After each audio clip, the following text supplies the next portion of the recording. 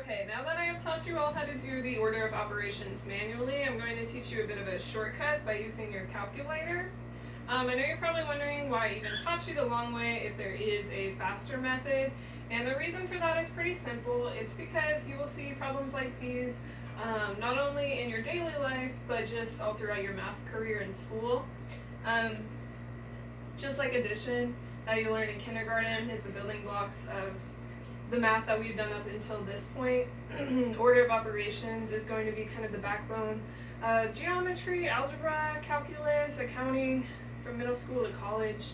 And then in my daily life, I do use this quite a bit, especially when it comes to budgeting. I have to figure out if I have to pay my gas, my rent, my electric. Do I have enough money to buy a gift for my mom? If so, how much money?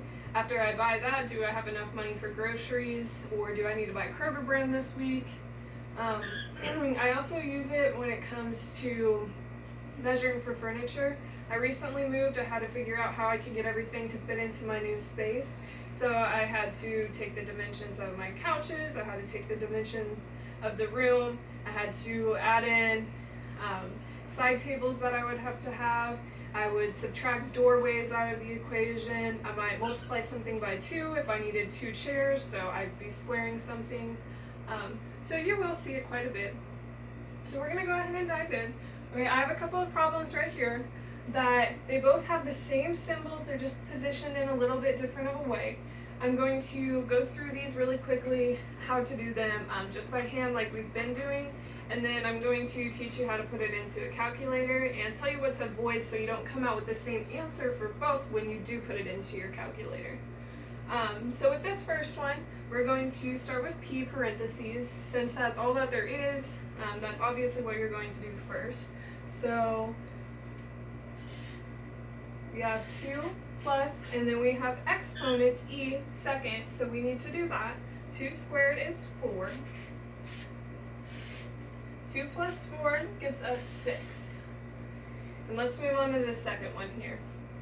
Now we have parentheses again, but this time we do have something on the outside, so we most definitely need to focus on the parentheses first. So we're going to do 2 plus 2, and that gives us 4.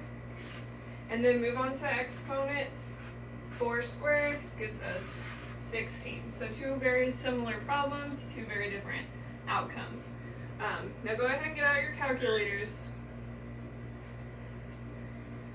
And I am going to tell you how to put these in. Okay, so for the first one, you're going to put an open parenthesis, and then the number 2, the plus symbol, another 2, and this part's a little bit tricky. Right here you're going to need to use the caret symbol, which looks like an upwards arrow like this. And that's going to tell the calculator to do exactly what it looks like. That's going to tell it to take this 2 and move it upwards here into the power position where it needs to be. So after the caret symbol, you're going to put a 2.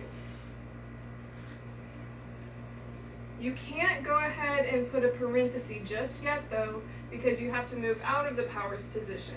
If I were to put a parenthesis into the calculator right now, that would put the parenthesis up here by the 2 like this. And that gives you something a little bit different.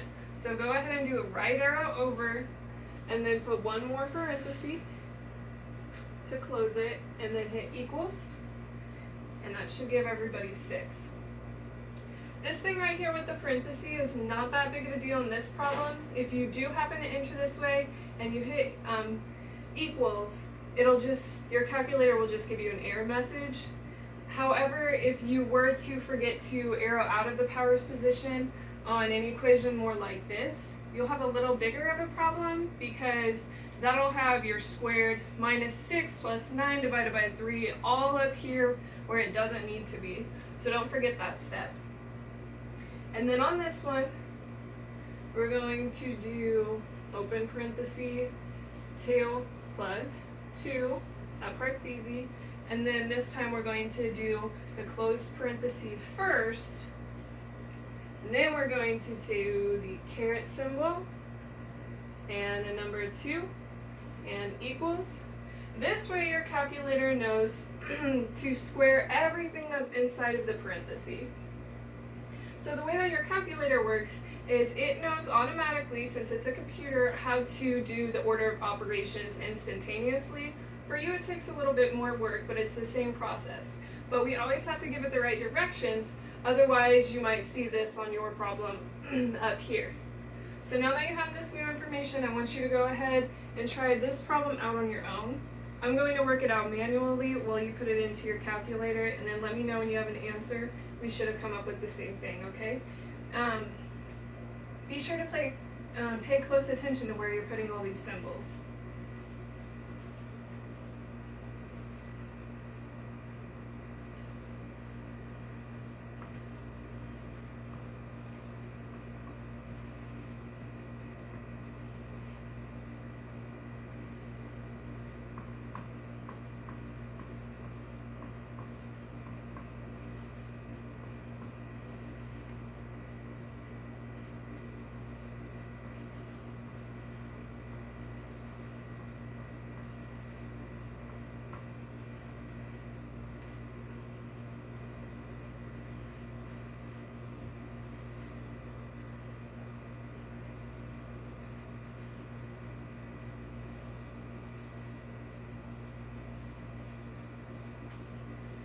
Alright, did everybody get 285 on that one? Great.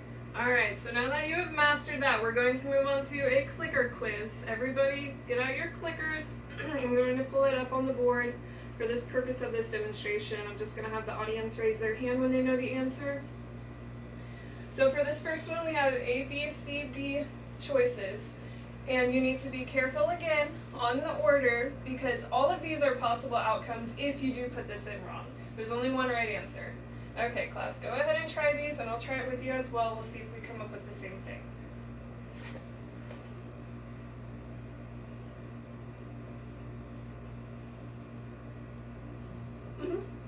I got 24. Okay, did everybody else get 24? Sweet, yeah, me too. 24 is the right answer. Moving on to the second one. This one we've got 11 plus 49 minus 6 squared, all in parentheses, divided by another set of parentheses, 13 minus 7. Go ahead and put that one into your calculator. Brooke? I got A. A is the right answer. Okay, everyone, make sure you're using your calculators. I know you can do it manually. One more time. We have a third problem here. 9 plus 4 times 8 minus 4 divided by 2 equals? I got 17. 17 is right. Okay, class, seems like you got the hang of it. I'm going to go over your clicker test, and I'm also going to go over the assignment you handed in today. Based off of everybody's answers, I'll know how much practice and review we need tomorrow before I assign you your test. Tomorrow when you have a test, I want you to practice using your calculator and working it out by hand. You'll have to show your steps on it, but I don't care if you use a calculator in order to get to those steps first to check your answers. Anyway, so that's it for today. Good job, class.